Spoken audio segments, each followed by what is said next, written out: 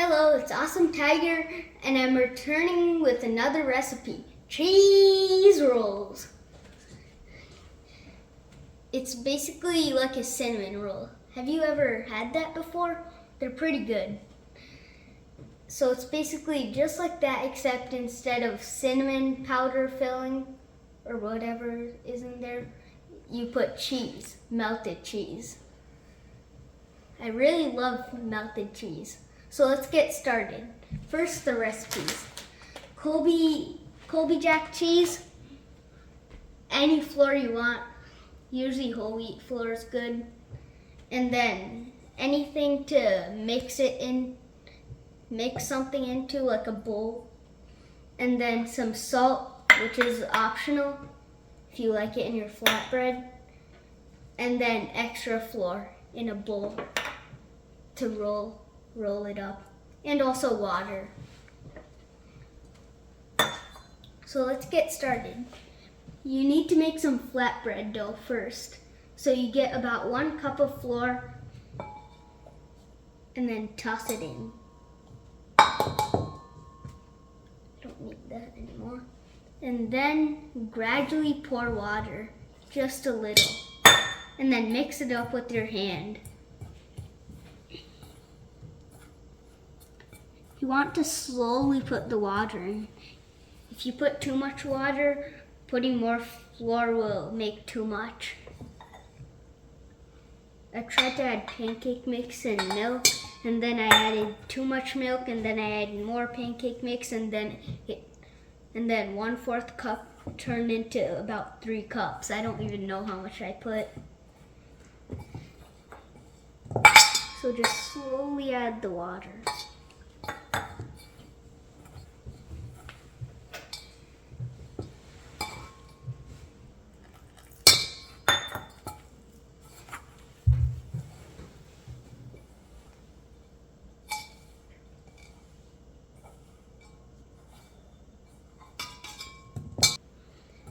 And now it's almost done. But at this point, you can add a little oil, not too much, just a little. It should look like this once you're almost done.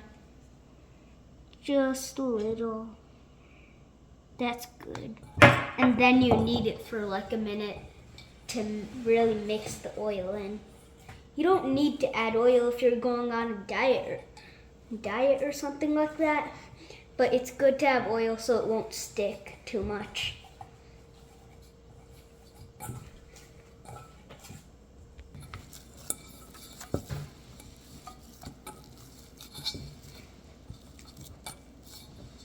So then after that, you wash your hands. My hands are nice and neat now. And make sure to really put the soap on and scrub it well. Your hands are going to be really oily after that. And then it should look like this at the end. If you think that's a little if you think you need to add a little bit of flour, you're already going to do that. So don't do it right now. So basically you get a nice big ball of dough. And then I'll get a little more. It needs to be a little big though, not too big though. Make sure there are no cracks, or at least not too much. Okay, I think that's good. So in real life, the size would be about this. And then, let's start. So you basically start by making it a little flat with your hands. Then you sprinkle more flour over the board and then spread it around.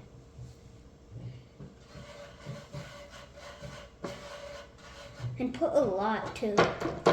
And then dip it both sides. Mix it a little, not too much, just a little. And then you can start rolling it up. But you don't want to have it like a circle. You want it like a rectangle. The goal is to make like strips of flatbread.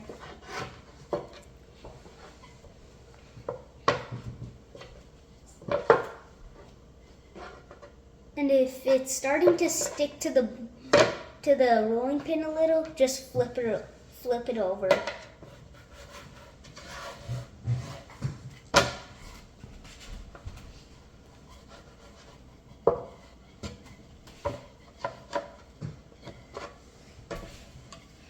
And try to get it to be even. And also thin. I've tried it before, but I made it way too thick and it didn't really cook well. So you want it cooked.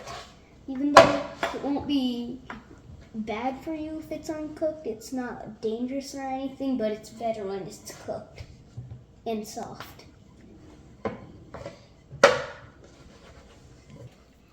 Okay, if you're a perfectionist like me and you really want it like a rectangle, it's better if you cut the edges a little.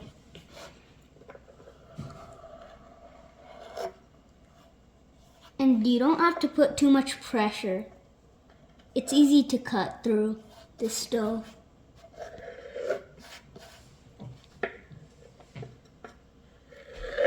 And if you think it's being wasted, you can just put it on top and roll it in.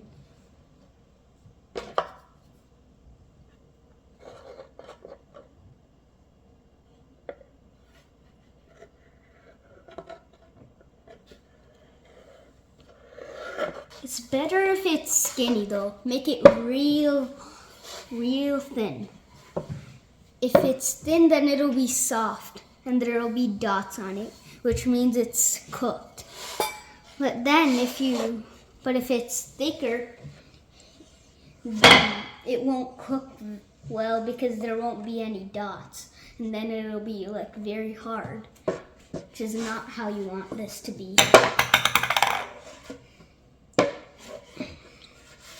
I think that's good. I'll just roll it up this way. And then if you're not a perfectionist, you still need your knife because you need to cut it into stripes so you can roll it up.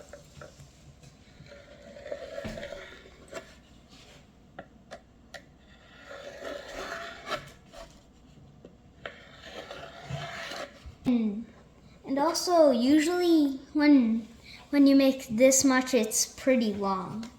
And you don't want it to be too long, or else the roll will be way too big. So cut it in half too if it's too big, or if you think it won't fit on the pan.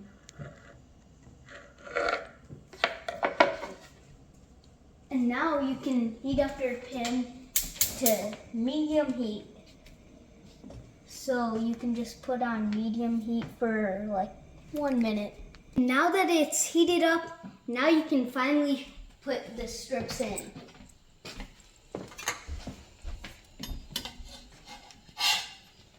Oops. It's harder to flip these strips. How I like to cook this is wait for 5 seconds each side. Okay, now that these chapatis are cooked, now you can put cheese in them. And then make sure it's only on the strip and not anywhere else. If one piece of cheese gets away, it's not a big deal. And then I like a lot of cheese on mine. And then you can just put these in the microwave. And also don't roll it yet, or else then the cheese will fall everywhere on the plate. Once the cheese is melted, that's good enough. Whoa, that's melting pretty seriously. And then wait for it to cool down a little before opening it. And then you roll the cheese strips up until they look like cinnamon rolls. Like this. Looks delicious. And then you taste it. It's delicious. And when you're trying it out, best wishes that it tastes good for you.